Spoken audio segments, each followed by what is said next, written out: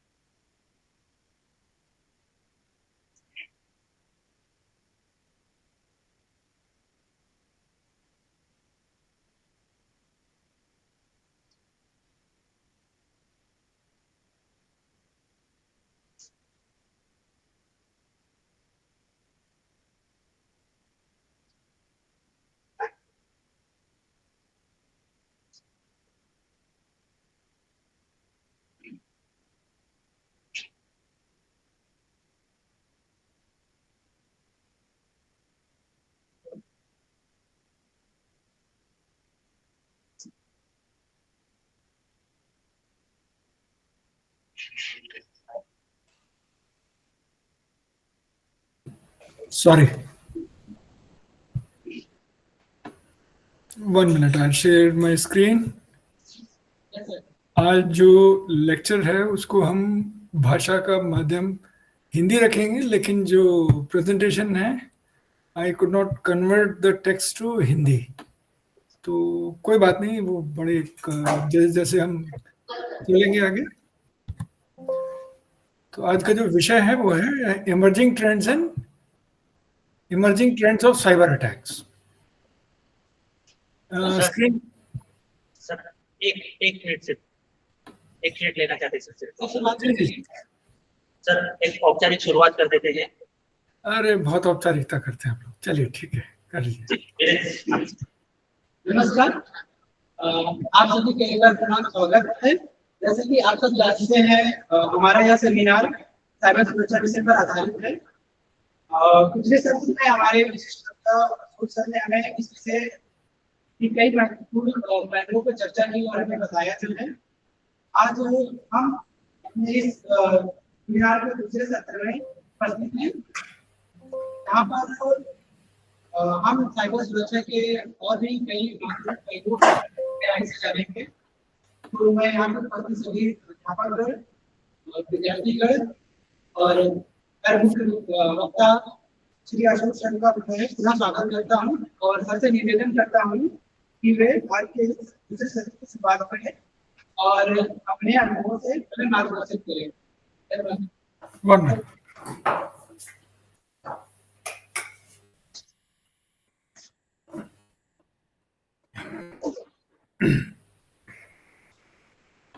I hope I'm visible and audible.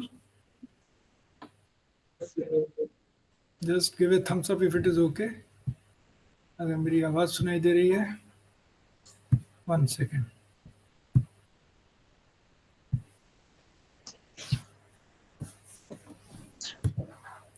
Is my screen visible? दिख रहा है screen? चलिए ठीक है, थोड़ा सा लेट हो गए हम, सॉरी, थोड़ा कुछ कमिटमेंट्स आते रहते हैं। तो आज का जो हमारा विषय है वो है emerging trends of cyber attacks in 2025। तो जो बेसिस है इसका, वो शुरुआत है कि every 1000 lines of code, her 1000 line के कोड में कम से कम 1 या 2 बग होंगे ही होंगे, कितना भी अच्छा प्रोग्रामर हो। तो सबसे पहले जो कमी नजर आती है, कोई आइडिया कि आपको MS ऑफिस या माइक्रोसॉफ्ट विंडोज ये कितनी लाइन का कोड होगा? कोई एक वाइल्ड गेस कोई एक गेस मारिए, 1 million, 2 million? The code is in few billions of lines. तो आप ये समझ सकते हैं कि किसी भी इतने बड़े कोड में कितने बग्स हैं। ये और ये तब है कि जब बहुत अच्छी आपकी एक प्रोफेशनल टीम है, जो डेवलपर्स हैं, तो हैकर्स जो हैं वो इन वल्नरेबिलिटीज को पता लगाते हैं और उन्हीं को एक्सप्लॉइट करते हैं। यही हमारा आज का विषय है। तो आप देखेंगे रोज कहीं ना कहीं किसी ना किसी फॉर्म में अटैक होते रहते हैं। लास्ट सेशन में हमने देखा था कि सोशल इंजीनियरिंग अटैक है। सोशल इंजीनियरिंग अटैक्स जो हैं आपके वो टेक्निकल चीज़ों पे तवज्जो नहीं देते, वो जो है बेसिकली आपके दिमाग पर असर डालते हैं, सीधा अटैक करते हैं।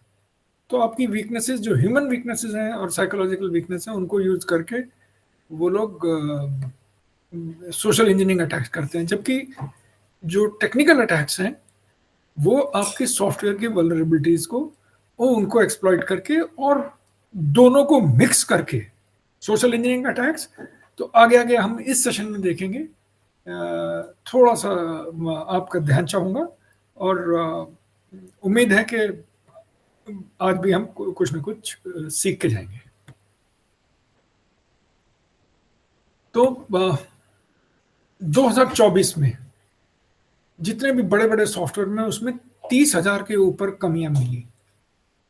तो 17% जो है वो पिछले साल से इस साल में ये बढ़ गई। Unprecedented increase from previous year. 17% जो है वो अटैक्स को अक्रॉस द सेक्टर्स, चाहे वो पावर सेक्टर हो, चाहे फाइनेंस सेक्टर हो, मैन्युफैक्चरिंग, सब में मिलाकर, सारे सेक्टर्स में मिला करके 17% के ऊपर अटैक्स बढ़े हैं। जैसे जैसे हम लास्ट टाइम हमने बात की थी कि यूपीआई और वर्क फ्रॉम होम और रिमोट वर्क और क्लाउड जैसे जैसे हम लोग अडेप्ट करते गए, तो हमारी जो अटैक सरफेस है, जब तक हम ऑन प्रेमाइसेस रखते हैं तो हमारी जो अटैक सरफेस है वो लिमिटेड है। व्हेन वी से अटैक सरफेस, मतलब हमारे जो भी जस्ट अ मिनट, तो वो हमारा जो एक्सपोजर है बड़ा लिमिटेड सा एक्सपोजर है। एंड पॉइंट वल्नरेबिलिटीज, आपको बोला गया कि आपके विंडोज जो सिस्टम है उनको आप पैच कीजिए, सॉफ्टवेयर अपडेट जो भी माइक्रोसॉफ्ट रिलीज करता है आप उसको कीजिए, अपना एंटीवायरस अपडेट रखिए। किसी वजह से नहीं कर पाते, लोग बोलते हैं कि नहीं, अब सिस्टम हैवी हो जाता है और जगह बहुत ज़्यादा लेने लगता है, तो ये एंड पॉइंट में वल्नरेबिलिटीज आ जाती हैं। A more connected world is more vulnerable. हम आज की तारीख में बात कर रहे हैं कि स्मार्ट सिटीज के इलेक्ट्रिकल मीटर घर घर रीडिंग कौन लेने जाएगा, तो आईओटी डिवाइसेस लगा दीजिए, सिम कार्ड से ही हर एक मीटर में सिम कार्ड होगा, कनेक्टेड होगा, और जिससे भी चाहोगे आप उसको कनेक्टेड, आप रीडिंग घर बैठे ले लोगे, आदमी भेजने की जरूरत नहीं है। तो आपने ऑटोमेट तो कर दिया, पर जितना ज्यादा ऑटोमेट और कनेक्टेड वर्ल्ड बनाएंगे उतने ही ज्यादा आप अपने आप को एक्सपोज कर रहे हैं और उतनी ही ज्यादा आप इसमें तो इसी रीजन से जो भी क्रिटिकल इंफ्रास्ट्रक्चर्स हैं, जो कि जैसे डिफेंस हो गया और न्यूक्लियर हो गया, which can lead into a disaster, they avoid getting into internet, और जाते भी हैं तो बहुत ही लिमिटेड एरिया में वो लोग इसका यूज करते हैं। जैसे जैसे हमारी कॉम्प्लेक्सिटीज बढ़ती जा रही हैं आने वाले टाइम में, तो इंटरडिपेंडेंस भी साथ साथ बढ़ रही है। राइजिंग इंटरनेशनल टेंशंस के साथ साथ हमारे sophisticated state sponsored cyber operations भी होने लगे हैं।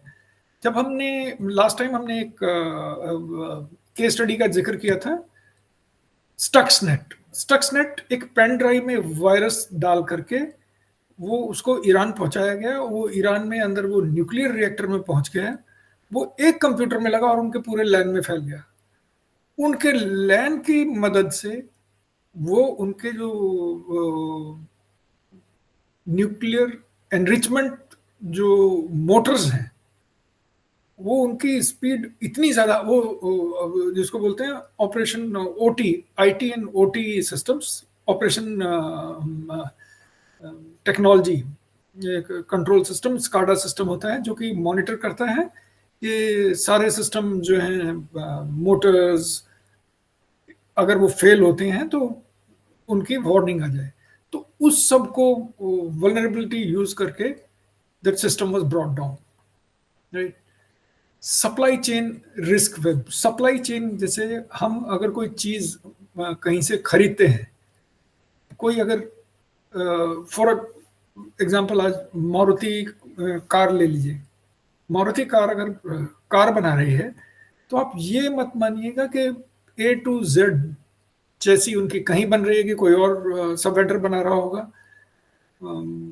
आपके बम्पर्स कहीं और बन रहे होंगे, लाइट्स कोई अलग वेंडर बना होगा। तो एक जगह इंटीग्रेशन होता है, तो और ये पॉसिबल भी नहीं है। मतलब जैसे ही कोई कार या कोई इस तरह की ऑटोमोबाइल इंडस्ट्री आती है, उसके साथ बहुत सारी इंडस्ट्री की ग्रोथ होने लग जाती है दूसरे। तो इकोनॉमिकली ये इस तरह से वर्कआउट करता है कि हम क्वालिटी कंट्रोल करेंगे और एक जगह कार जो है वो असेंबल होगी। तो जब आप किसी से कुछ चीज खरीदते हो तो आप उनको अपने नेटवर्क का एक्सेस भी देते हो, और यदि उनका नेटवर्क वीक है तो अटैकर जो है वो थर्ड पार्टी सप्लाई चेन के थ्रू, जो आपके जो सप्लायर्स हैं उनकी चेन के थ्रू आपके नेटवर्क में आ सकता है। इसको हम सप्लाई चेन अटैक्स बोलते हैं। जो साइबर इक्विटी गैप है, well resource organisation invest in resilience and pull ahead while smaller entities lag behind. जो छोटी कंपनियां हैं वो बहुत कम सिक्योरिटी अपना बजट रखते हैं, और क्योंकि उनका या तो वो ओपन सोर्स यूज करेंगे या वो सिस्टम ऐसा यूज करेंगे कि जिसमें आसानी से अटैक हो सकता है। आजकल चारों तरफ एआई है, चाहे वो चैट जीपीटी हो, चाहे वो परप्लेक्सिटी हो। अगर आपके पास एयरटेल का कनेक्शन है तो परप्लेक्सिटी को आज की तारीख में 1 साल का लाइसेंस फ्री दे रहे हैं। इनके बहुत ही अच्छे यूज हैं, लेकिन जो साइबर सिक्योरिटी में बोलते हैं कि जो चाकू है वो सेम चाकू है, टूल जो है वो सेम है। चाहे अगर वो क्रिमिनल के हाथ में लग जाए तो वो मर्डर करेगा, और अगर वो शेफ के हाथ में चला जाए तो वो अच्छा सा आपको एक डिश बना के देगा। तो इसी तरह आपके किसी भी प्रोडक्टिविटी टूल के साथ है कि अगर एआई जो है वो अच्छे हाथों में है तो 1 सेकेंड, अच्छे हाथों में है तो आपको अच्छा रिजल्ट देगी। अगर वो गलत हाथों में है तो वो आपका नुकसान बहुत ज्यादा कर सकता है। और आज की तारीख में देखा जाए तो डिफेंडर से ज्यादा अटैकर आर्टिफिशियल इंटेलिजेंस को यूज कर रहे हैं। हमने सोशल इंजीनियरिंग में देखा था कि जो पहले हम पता लगा पाते थे कि कोई मेल आई वो फिशिंग मेल है नहीं, तो उसमें जो मेल लिखता था बंदा उसके ग्रामेटिकल एरर से या फिर उसके बोलने के लिखने के तरीके से वी कुड मेक आउट कि ये फिशिंग मेल है। लेकिन चैट जीपीटी को आप बताइए कैसी भी भाषा में, वो एक बढ़िया सी एक मेल आपको क्राफ्ट करके देंगे ना, उसमें ग्रामेटिकल एरर होगी and it will look like a very professional email. तो इस तरह से one of the use case of using AI for attacking, वही हमने बात की कि hyper realistic phishing. Cyber criminals leverage generative AI to create convincing phishing campaigns and deep fake videos. Deep fake videos ऐसे होते हैं कि पहले क्या था कि कोई वीडियो बनाने के लिए आपको बहुत हैवी सिस्टम चाहिए, आपको जीपीयू चाहिए, हैवी वर्क स्टेशन चाहिए, लेकिन आज की तारीख में आपको एप्पल फ़ोन पे बहुत सारे ऐप्स हैं जिससे कि आप वीडियो पकड़िए, कोई भी बैकग्राउंड लगा दीजिए और किसी की भी आवाज़ डाल दीजिए। सो मच सो आप देखेंगे deep fake video of president Obama.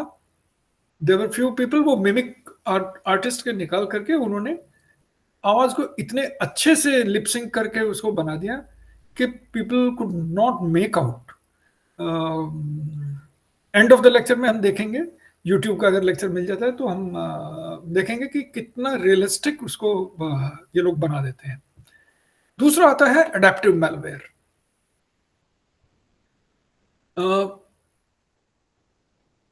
Virus आपने एक बनाया, बहुत सारी रिसर्च कंपनीज हैं जो कि वायरस के ऊपर ही रिसर्च कर लेते हैं, वो मेक आउट कर लेते हैं कि हाँ ये अगर इसका पैटर्न है, ये इसका सिग्नेचर है मैलवेयर का, तो इसको अलाउ नहीं करना है। लेकिन अडेप्टिव मैलवेयर क्या है कि वो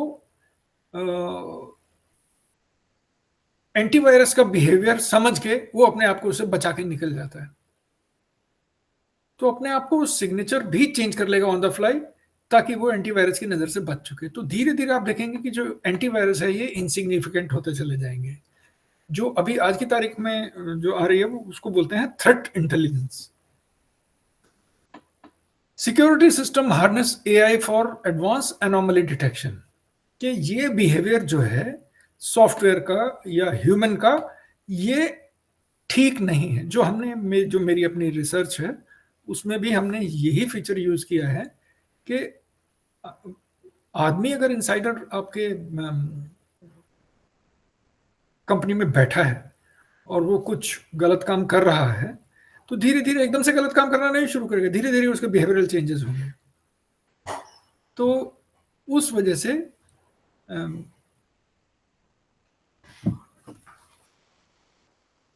जस्ट मिनट, 1 मिनट, क्या चाहिए? सॉरी, उनको ना एक वो कोड चाहिए था कोई, और बिल भी कुछ कह रहे हैं। बिल दे देता, 1 मिनट।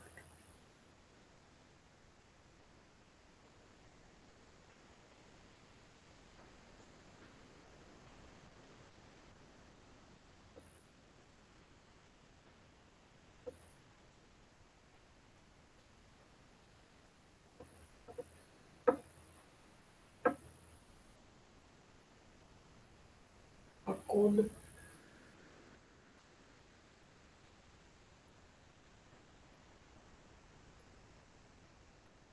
1 सेकेंड।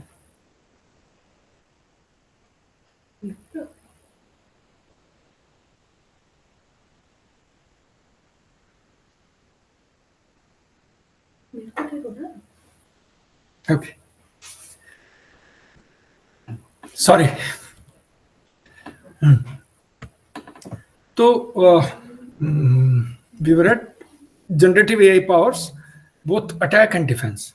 तो जितना से ज़्यादा ये टूल्स अटैकर्स यूज कर रहे हैं उससे कम डिफेंड वाले। तो यही रीजन है कि अटैकर जो है वो डिफेंस को तोड़ करके निकल जाते हैं। That's the reason attackers are more adaptive to technology than defenders. तो इसी रीजन से एक हमारे सिक्योरिटी में एक पुरानी कहावत है, इसको बोलते हैं कि attacker has to be lucky once and defender has to be lucky all the time. जब आप डिफेंस कर रहे होते हैं आपकी, और अटैकर्स आपको लगातार वॉच कर रहा है, अगर वो देखे कि इनकी आंख लगी है, सोने के टाइम है, हल्की सी 15 मिनट की झपकी लगी, उस टाइम में अपना काम कर जाएगा, दीवार कूद करके आकर के चोरी करके जा सकता है।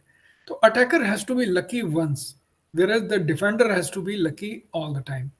इसमें धीरे धीरे आप देखेंगे कि जो एआई है वो हम लोगों की मदद भी करने वाली है। जी, anything?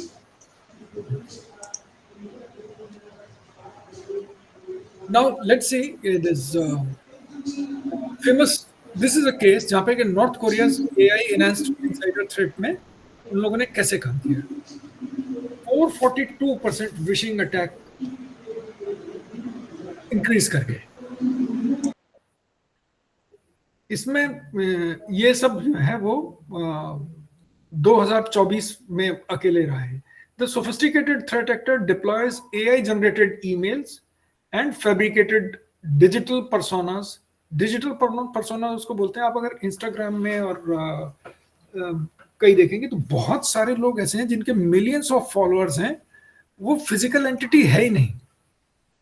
They are not the physical people, they have been created, they are actually AI। उनके नाम दे दिए और उनके मिलियन की तादाद में उनके फॉलोअर हैं, तो AI से कंटेंट जनरेट करते हैं और AI से ही वो अपना और you can not make out कि पलक झपकने का तरीका। बहुत सारे लोग हैं जो AI में ही लगे हुए हैं। तो they create digital personas for social engineering operations, targeting organizations through highly convincing human manipulation rather than the traditional malware. तो अब ये देखिए कि उन्होंने एक आर्टिफिशियल इंटेलिजेंस यूज करके एक ऐसा एक डिजिटल पर्सोना क्रिएट कर दिया, आर्टिफिशियल इंटेलिजेंस का एक ऐसा ह्यूमन लुक अलाइक क्रिएट कर दिया जिसका कि आप समझ लीजिए कि फेसबुक प्रोफाइल भी है, उसका सोशल मीडिया प्रोफाइल भी है। तो नॉर्मली आप अगर किसी को चेक करोगे तो इन सब चीजों से चेक करोगे कि आपका मेल होना चाहिए, आपका सोशल मीडिया प्रोफाइल होना चाहिए, आप देखने में कैसे लगते हो, फिजिकली कैसे लगते हो। तो उन्होंने पूरा ऐसा क्रिएट कर दिया और वो AI के थ्रू ही आपको फिशिंग अटैक्स करते रहे और इसमें बहुत बड़ी सक्सेस थी। This is called Chollima, famous Chollima attack. Malware evolution, more stealth, more damage. Stealth का मतलब ये टेक्नोलॉजी मिलिट्री से आई है और आपने अगर न्यूज़ फॉलो करते रहे हैं तो रिसेंटली ईरान के ऊपर स्टेल्थ बॉम्बर्स ने कुछ अटैक किए थे उनके न्यूक्लियर्स पे। तो स्टेल्थ मतलब क्या होता है कि हवा में कोई चीज उड़ रही है तो कोई ना कोई रडार उसको पकड़ लेगा। स्टेल्थ जो होता है टेक्नोलॉजी में, रडार, कोई भी रडार हो वो ट्रांसमिट करेगा, रिफ्लेक्शन वापस पकड़ेगा। लेकिन स्टेल्थ टेक्नोलॉजी में क्या होगा कि एक ये एब्जॉर्बेंट, रडार एब्जॉर्बेंट मटेरियल है और दूसरा उसका जो सिग्नेचर आएगा वो बिल्कुल रिफ्लेक्शन बिल्कुल भी नहीं होगा। तो इसी तरह से आप अगर स्टेल्थ मेंटेन कर सकते हैं कि आप किसी भी तरह से डिटेक्ट ही ना हो तो आपका जो अटैक है वो सक्सेसफुल होना ही होना है। तो ये कुछ मेलवेयर हैं 2025 में जिन्होंने बहुत तबाही मचाई। One of them was multi extortion ransomware. It triple threat attacks that encrypt critical data, leak sensitive information publicly, launch distributed denials of service attack. ये ट्रिपल कंबाइंड रैंसमवेयर है। ये आपका डेटा इनक्रिप्ट भी कर देगा। रैंसमवेयर का मतलब है कि they use PKI for encrypting your data. Public key infrastructure use करते हैं। पब्लिक की इंफ्रास्ट्रक्चर में दो कीज होते हैं, एक की इनक्रिप्ट करने के लिए और एक की डिक्रिप्ट करने के लिए। तो वो आपके सिस्टम में घुसे, उन्होंने आपका डेटा इनक्रिप्ट किया और अब आपसे पैसे मांगेंगे, हमको क्रिप्टो करेंसी में पैसा पे कीजिए, तो we will give you this another key to decrypt your data. तो वो जितने भी मिशन क्रिटिकल इंफ्रास्ट्रक्चर थे उन पे उन्होंने पहले ट्रिपल अटैक किया, इनक्रिप्ट क्रिटिकल डेटा और इसको लीक कर दीजिए डार्क वेब पे कि यू हैव बीन अटैक्ड। बहुत लोगों ने क्लेम किया कि हम लोगों के बहुत सारे जो डेटा हैं, ईमेल्स और पिज्जा हट का डेटा और डोमिनोज का data, it's all available on the dark web. और launch distributed denial of service. Denial of service ऐसा होता है कि आप ये समझ लीजिए कि आपने एक सर्वर लगाया, एक सर्वर में एक टाइम पे मैक्सिमम रिक्वेस्ट को 65,000 के हिसाब से आ सकती है, साइमल्टेनियस रिक्वेस्ट। अगर उससे ज्यादा हो जाएंगी तो सर्वर को आप जैम कर देंगे। तो आप इतने सारे वर्चुअल मशीन बना करके आप क्रिएट कर दीजिए कि हर एक से आपको रिक्वेस्ट आ रही है लगातार। तो एक स्टेट ऐसे आ जाएगी कि वो सर्वर जो है वो सैचुरेट हो जाएगा और आपकी रिक्वेस्ट जो है आ जाएगी। तो ये जो अटैक होते हैं इनको बोलते हैं डिनायल ऑफ सर्विस अटैक, कि इतनी सारी रिक्वेस्ट गई कि जो जेन्युइन रिक्वेस्ट है उसको भी वो मीट नहीं कर पाएगा। ठीक है, तो ये triple multi extortion ransomware encrypt your data, leak your data और distributed denial of service. अब आते हैं हम लोग फाइललेस मेलवेयर पे। तो इसमें memory resident threats that leave no disk footprint operating entirely in RAM to evade signature based detection system and forensic analysis. वो आपका जो मेलवेयर है वो रैम में ही रहेगा, रैम से ही ऑपरेट करेगा कि it will look like a normal, जैसे आप कंट्रोल डिलीट दबाएंगे विंडोज के सिस्टम में तो आपको बहुत सारे प्रोग्राम रन करते हुए दिखाई देंगे बैकग्राउंड में। प्रोसेस एक्सप्लोरर में जाइएगा तो ये सिस्टम आपके प्रोसेस एक्सप्लोरर में ही दिखेगा। It will look like a normal Windows की कोई सर्विस चल रही है। It will not be in a form of a file. वो फाइल आप देख ही नहीं पाएंगे, रैम में रहेगा और आपका वो सिग्नेचर बेस्ड जो डिटेक्शन है उसको इवेट कर देता है। Very very effective and very deadly kind of attack, AI driven malware. इसके बारे में हमने बात की कि अपना ये अडेप्टेबल होते हैं और सिग्नेचर को भी अवॉइड कर लेते हैं। Identity based malware, sophisticated threads targeting stored credentials. हमारा जो ब्राउजर है, आप अगर किसी ब्राउजर में आप कुछ किसी साइट पर जाएं और जैसे मैं अशोक कुमार टाइप कर रहे हैं तो ए टाइप करूं तो अशोक आ जाएगा, के टाइप करूं तो कुमार आ जाएगा, 9 टाइप करूं तो मेरा मोबाइल नंबर आ जाएगा, ए टाइप करूं फिर दोबारा तो मेरा फिर ईमेल आईडी आ जाता है, राइट। तो इफ दैट ब्राउजर और site can read my data तो बाकी आपका डेटा तो ये कुछ भी रीड कर सकते हैं, ठीक है।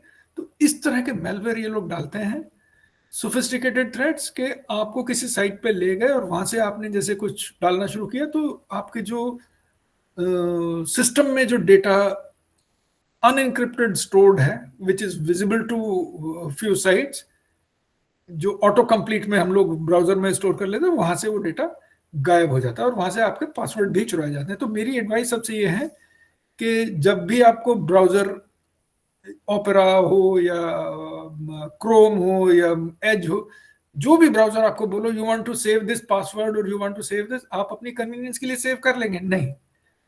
मेरी सलाह यही है कि आप उसको बार बार आप उसको मैनुअली डालें, उसको ब्राउजर में स्टोर करके ना रखें, क्योंकि कोई भी मेलवेयर आया तो सबसे पहले आपका डेटा लीक होगा। SocGholish agent and agent Tesla, phishing and info stealing at scale. जो पहले वाला है SocGholish, it spreads through convincing fake software update. आपको आएगा कि जैसे माइक्रोसॉफ्ट का अपडेट आया है, प्रॉम्प्ट करेगा, इनिशियल एक्सेस करेगा और जैसे ही आप बोलेंगे, कोई भी आप सॉफ्टवेयर इंस्टॉल करना चाहते हैं तो बोलेगा कि भाई आपको इसके इंस्टॉल करने के लिए एडमिनिस्ट्रेटिव राइट चाहिए, तो यू वांट टू इंस्टॉल। जैसे ही आप यस करेंगे and it will be so convincing कि आपका ये सिस्टम में आ जाएगा। एजेंट टेस्ला, वर्सेटाइल की लॉगर मतलब आप यहाँ की अपने कंप्यूटर में टाइप कर रहे हैं और किसी बैक में कनेक्ट हो गया कहीं, तो जो भी आप की स्ट्रोक टाइप कर रहे हैं तो वहां पे दूसरे साइड में ये टेक्स्ट फाइल फॉर्म में स्टोर हो रहे हैं।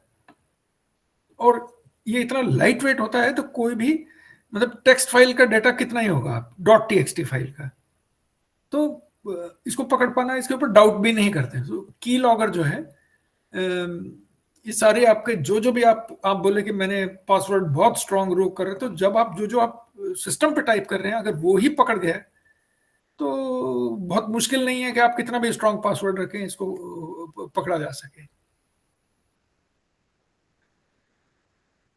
सबसे बड़ा जो काम है nation state and supply chain threats. अगर कोई नेशन स्पॉन्सर करते, लोग बहुत सारे लोग बोलते हैं कि जो स्टक्सनेट वायरस था, it was created by collaboration of America and Israel.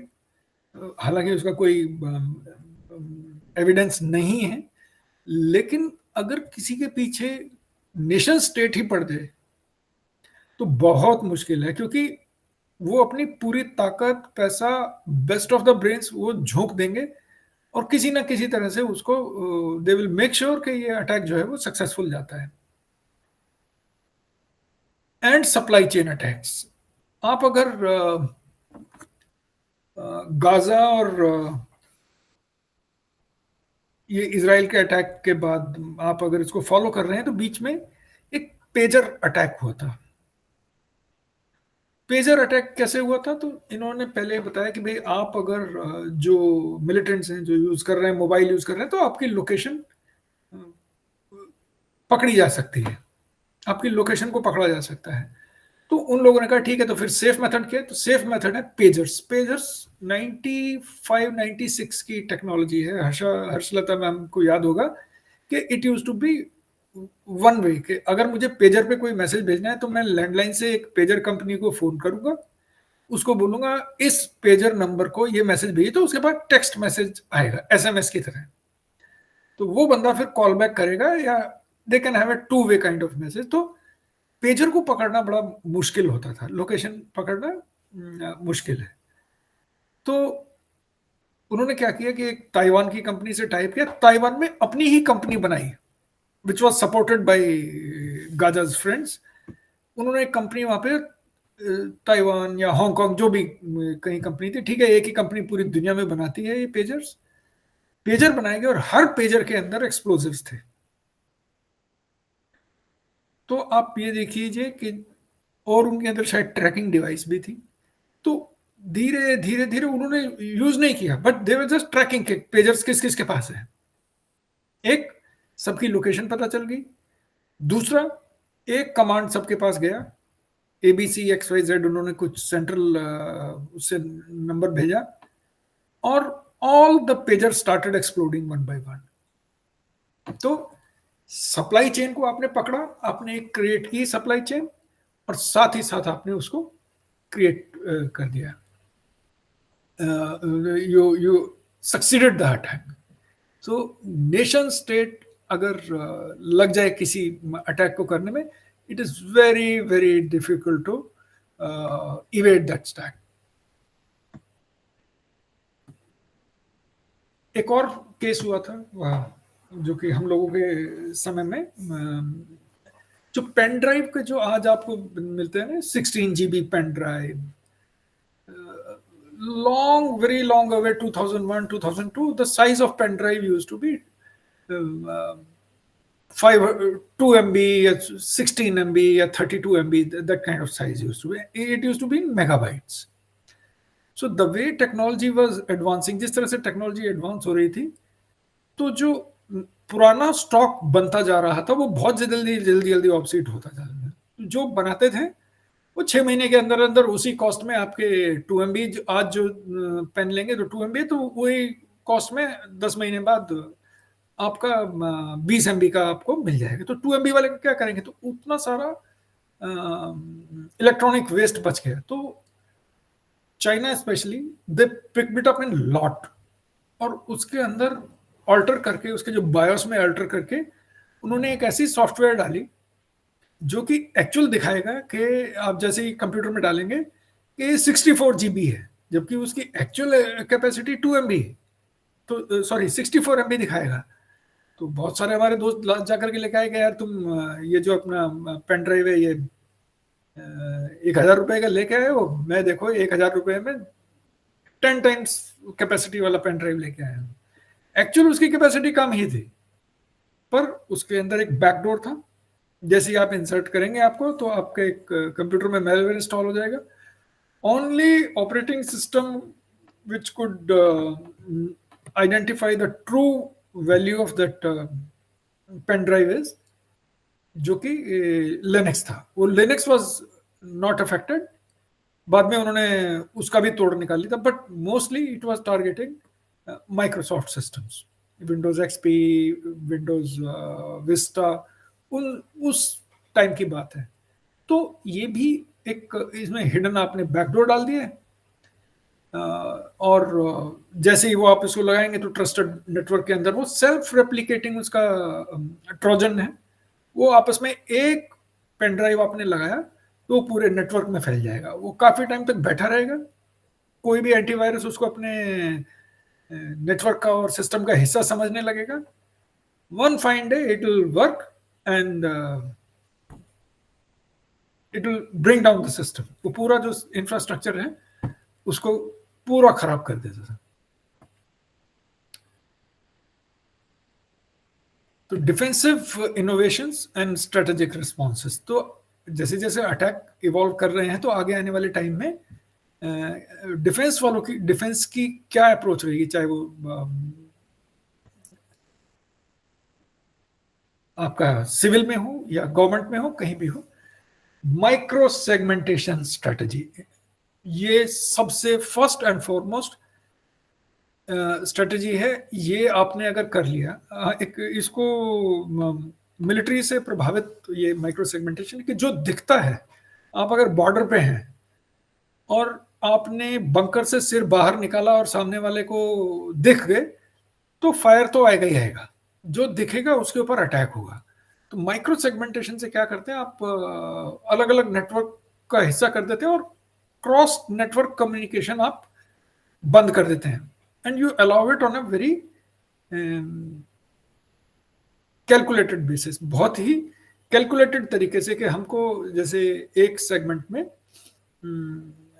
इन लोगों को आपस में बात करनी है, तो उन्हीं का चैनल खोला जाएगा या वन वे चैनल खोला जाएगा। ये अपने आप में एक स्ट्रेटजी है। ये पढ़िएगा इसको, ये बहुत पढ़ने के साथ साथ इसको प्रैक्टिकली इंप्लीमेंट करके देखिएगा।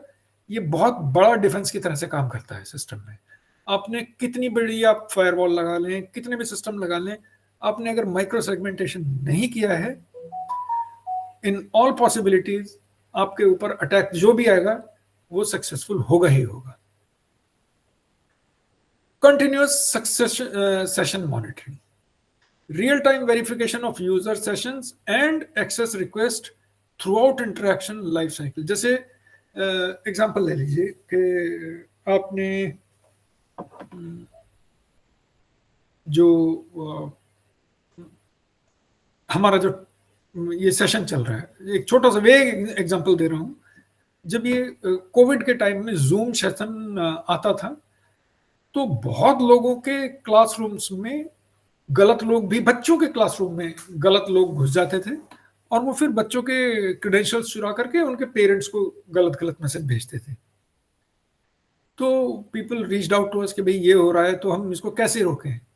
तो उसका बड़ा सिंपल सा एक था कि जो बच्चों के रजिस्टर्ड ईमेल आईडी है, रजिस्टर्ड ईमेल आईडी पर ही भेजा जाए, व्हाट्सएप पे ना भेजा जाए। व्हाट्सएप पे क्या होता है कि अगर किसी का व्हाट्सएप हैक है या किसी दोस्त ने मांगा कि व्हाट्सएप पे फॉरवर्ड कर दिया, तो इस तरह के जो भी सेशंस हैं उनको कंटिन्यूअसली मॉनिटर करने की जरूरत होती है। जब भी आप ऑनलाइन सेशन कंडक्ट करें, मेक श्योर कि लोग अपने ओरिजिनल नाम से ही लॉग इन करें। XYZ, IMSRK, I'm Venus, बहुत सारे अलग अलग वेग नेम से, अपने निक नेम से डाल दिए। तो इस तरह के लोगों को अलाउ ना करें और मॉनिटर करते रहें कि ओनली जितने लोगों को लिंक भेजा है, तो फिर उन्होंने ये किया कि रजिस्टर कीजिए। रजिस्टर करने के बाद आपके रजिस्टर ईमेल आईडी पे लिंक जाएगा और वो ही वैलिड होगा। तो सेशन मॉनिटरिंग बहुत जरूरी है। User context validation, analyse location, device, behaviour patterns and risk factor before granting access. अब मोस्टली आपने वर्क फ्रॉम होम आपने लोगों को दे रखा है, किसी एक आपके एम्प्लॉय का डेटा लीक हो गया और आपकी कंपनी में उसके यूजर क्रेडेंशियल से इंडियन कंपनी में या ओके, इसका एक एग्जांपल देते हैं कि अमेरिकन कंपनी थी, नाम लेना उचित नहीं होगा, ऑनलाइन इंटरव्यू कंडक्ट कर रहे थे एम्प्लॉय के लिए।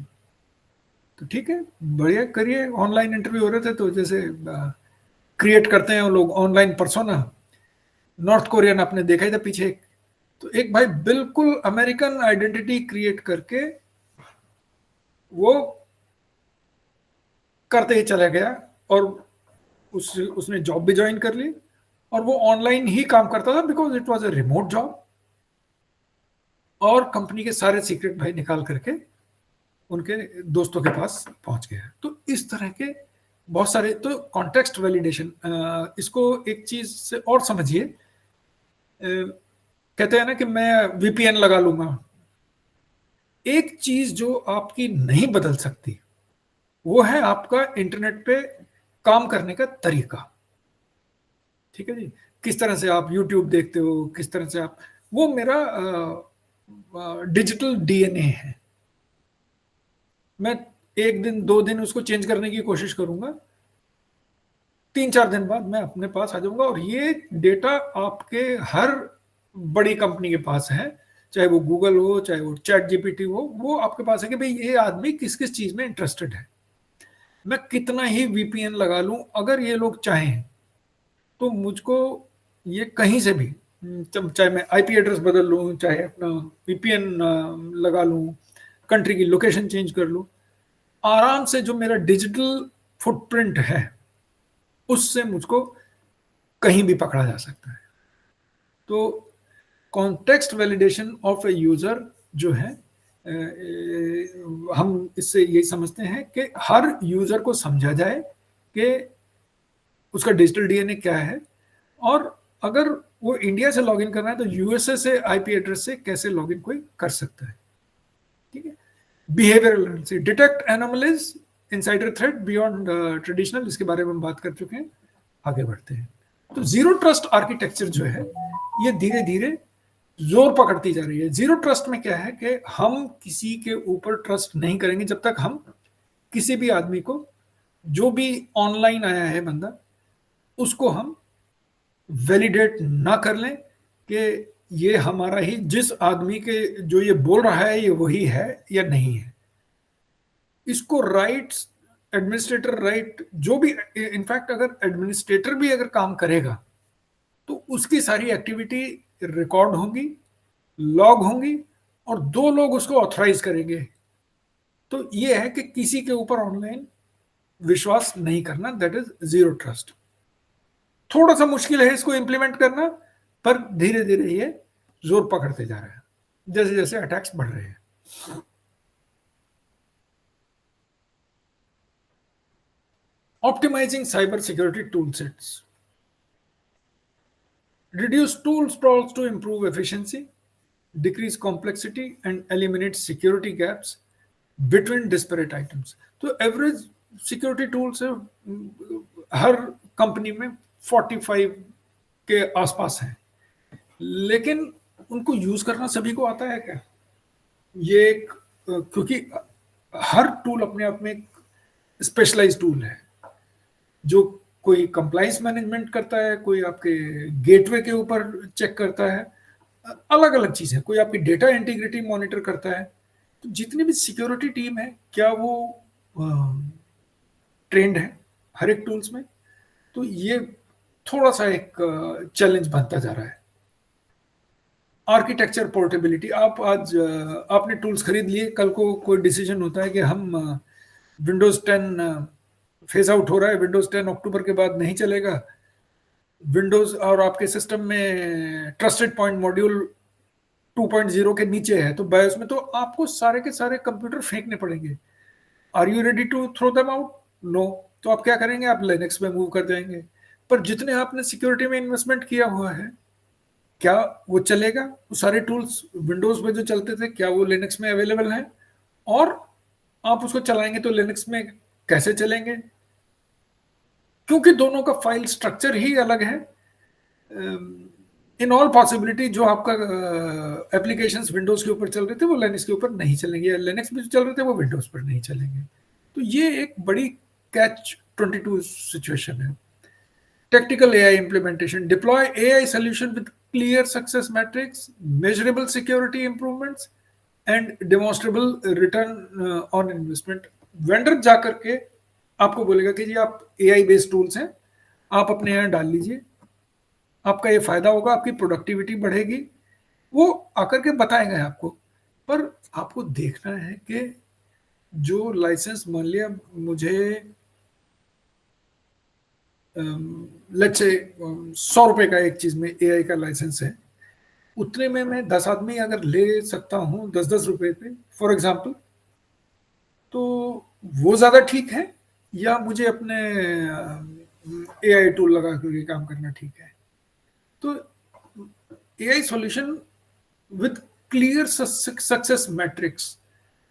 आज की तारीख में हम लोग AI डिप्लॉय कर रहे हैं देखा देख के, नहीं भाई आप आज की जरूरत बन चुकी है AI कि आधा टाइम हमारे लोग प्रेजेंटेशन बनाने में, आधा टाइम हमारा लोग एक्सेल शीट बनाने में, डॉक्यूमेंट टाइप करने में वेस्ट कर रहे हैं। Why not deploy this AI? पर उसका सक्सेस रेट क्या है पता है हमको, और जब AI बैठ जाएगा किसी दिन तब आप आदमी ढूंढने निकलोगे। तो ये सब चीजें वे करने के हमको बहुत ज्यादा जरूरत है, तभी हम इसको इंप्लीमेंट करेंगे।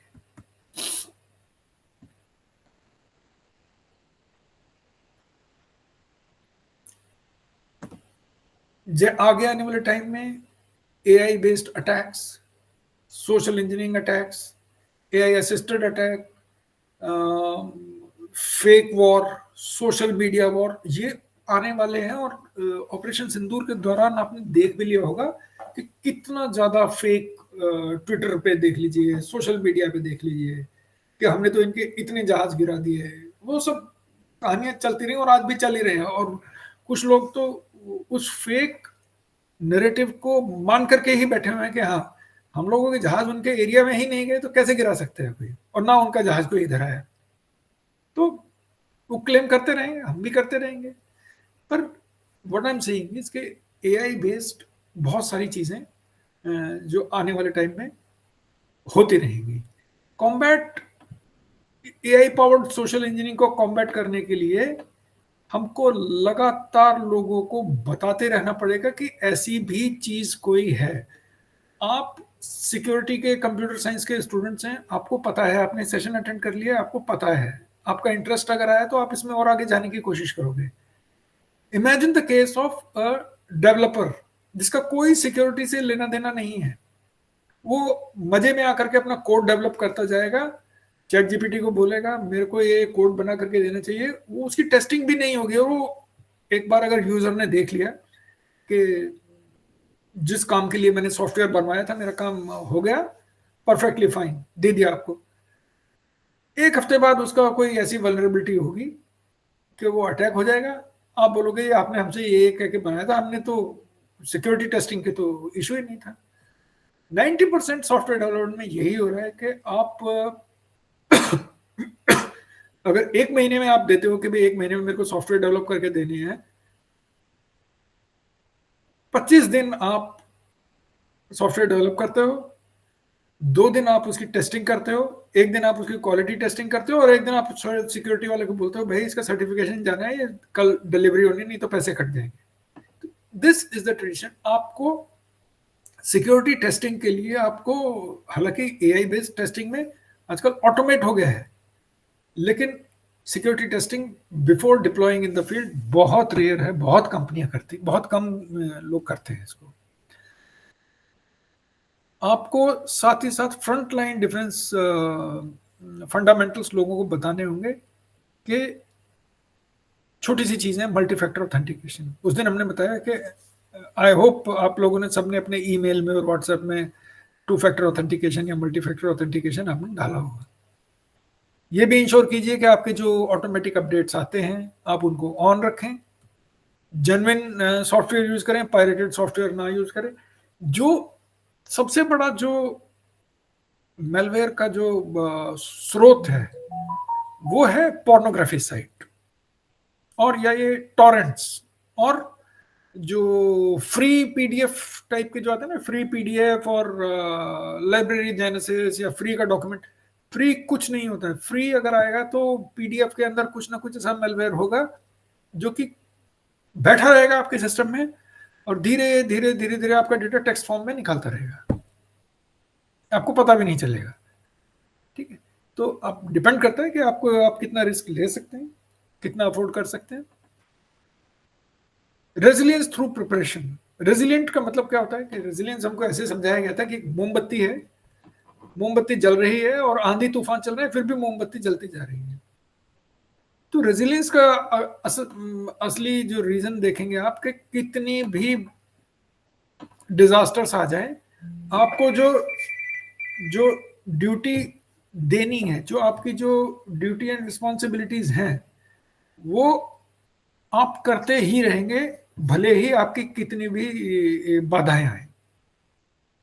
ठीक है, तो रेजिलियंस थ्रू प्रिपरेशन सबसे अच्छा तरीका अपने आप को सिस्टम में लाने का है। आप हमेशा तैयार करें, जैसे मिलिट्री है, अपने आप को रोज अगर लोगों को दौड़ भाग करनी है, फिटनेस, फिजिकली फिटनेस रखना है, जब आपको वेपन फायर करना है तब जाना चाहिए। तो ये आपको प्रैक्टिस लगातार, प्रिपरेशन, ट्रेनिंग आपको लगातार देती रहनी पड़ेगी। आपको बैकअप लेने ही पड़ेंगे, आपको सेकंड हैबिट बनानी पड़ेगी कि रोज I will not pack up till I take the backup of my system. Privacy controls मुझे लगाने ही लगाने हैं। अगर कोई इंसिडेंट हो गया तो मुझे उसका प्लान रेडी करना है कि इंसिडेंट अगर हो गया तो मुझे कैसे रिस्टोर करना है, कि ताकि मेरी जो सर्विसेज हैं वो ना रुके। बैंकिंग सिस्टम देख लीजिए आप, मान लिया एक सर्वर आपका डाउन हो गया, किसी भी रीजन से पावर सप्लाई डाउन हो गई, तो कभी ऐसा बैंक अफोर्ड कर सकता है कि उसे ऑनलाइन बैंकिंग ना चले? एक सर्वर नहीं है तो वो मल्टीपल सर्वर्स और अलग अलग लोकेशन में रखते हैं। एक फेल, दूसरा, दूसरा फेल, तीसरा, तीसरा फेल, चौथा, तो 4 या 5 लेवल नंबर की हमको क्रिटिकल इंफ्रास्ट्रक्चर में रिडंडेंसी रखनी पड़ती है। तो ये एक सिक्योरिटी, एक कल्चर और एक ही हमको एक अवेयरनेस की हमको आदत लेके आएंगे, ये तभी संभव हो सकेगा। Navigating the cyber future with agility and insight. Agility मतलब, एजाइल होना मतलब फ्लेक्सिबल होना, कि एक जो हैकर्स हैं ये एक लाइन पर चलने वाले नहीं है, ये लकीर के फकीर नहीं है, ये इस रास्ते से नहीं मिला दूसरा रास्ता खोज लेंगे। ये बहुत ही प्रोफेशनल और बहुत ही टेक्निकली इंटेलिजेंट लोग हैं। वेयरएज डिफेंडर क्या है, वो एक नियम पर चलता है। अटैकर के लिए कोई, चोर के लिए कोई नियम नहीं है। पुलिस कानून व्यवस्था पे चलते हैं, चोर कोई कानून व्यवस्था को नहीं मानता है। तो अटैकर को भी, सॉरी, डिफेंडर्स को भी धीरे धीरे अपने ये एजिलिटी लानी पड़ेगी और समझना होगा कि ये अटैकर कैसे काम करे। ये चोर पुलिस का खेल है। चोर को अगर नहीं पता कि पुलिस काम कैसे करती है और पुलिस को नहीं पता कि चोर चोरी कैसे करता है, तो चोर पुलिस से कभी कॉम्पीट नहीं कर पाएगा और पुलिस चोर से कभी कॉम्पीट नहीं कर पाएगी। ये शुद्ध भाषा में इस स्लाइड का मतलब यही है। Act now for tomorrow, the time to strengthen defence is now. आपको लगातार अपने आप को स्ट्रेंथन करते रहना पड़ेगा, लगातार आपको पढ़ाई करते रहना पड़ेगा, समझते रहना पड़ेगा कि क्या ट्रेंड्स हैं, क्योंकि जिस दिन आपने रिलैक्स कर लिया कि नहीं आज नहीं कल, हो सकता है सरवाइव कर जाए, 90% चांसेस हैं, hacker will get that window, जिसको कि हम बोलते हैं कि hacker has to be lucky only once. इसके साथ ही आज हमारा जो इस सीरीज का जो दूसरा लेक्चर था उसकी समाप्ति हुई, और I am open to question answers. I hope, भले ही इसमें हिंदी में नहीं था, कोशिश करूंगा इसको ट्रांसलेट कर दूं, थोड़ा ये जल्दबाजी में बनाया गया था, लेकिन हम चाहते थे कि इसके साथ एक न्याय हो, आप लोगों को समझ में आए। लैंग्वेज से ज़्यादा ज़रूरी था कि हम जो बात करें, जो आप तक बात पहुंचाएं, वो पहुंचनी चाहिए। I hope you enjoyed and it made some sense to you. जी, बहुत बहुत धन्यवाद सर। आज के साइबर सुरक्षा का आज हमारा दूसरे दिन का सेमिनार था, और हम निश्चित रूप से जो है साइबर सुरक्षा के जो भी पहलू थे उन्हें हम अच्छे से समझे, और आप सभी के कुछ क्वेश्चन पूछ सकते हैं।